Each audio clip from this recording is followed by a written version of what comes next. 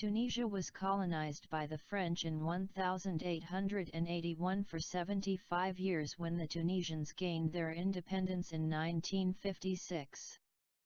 As would be expected, the Jews left Tunisia and went back to France with the French as they too were French citizens.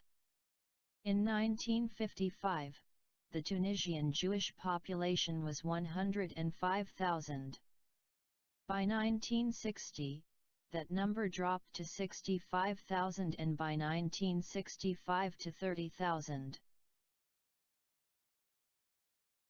Morocco was colonized by France from 1912 till the Moroccans gained their independence in 1956.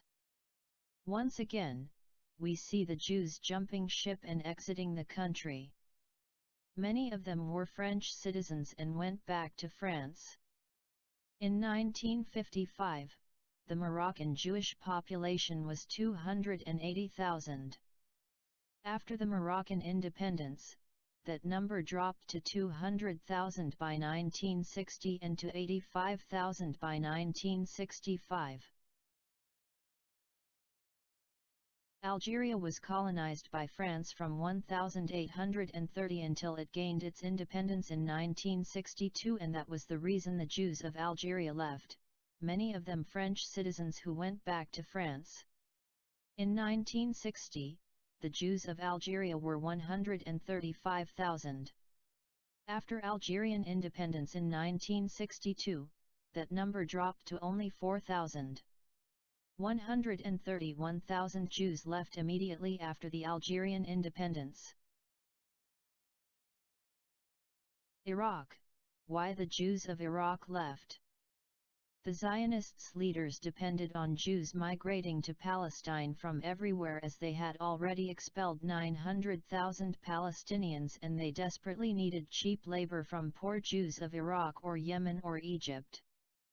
Between April 1950 and June 1951, there were many bombing incidents in Iraq targeting Jewish places where many Jews died or were wounded. Zionist leaders were apprehended and convicted and sentenced to death for these crimes. But the plan worked. Iraqi Jews felt so scared that in 1952 80% of the Iraq Jews had already left and their numbers continued to dwindle.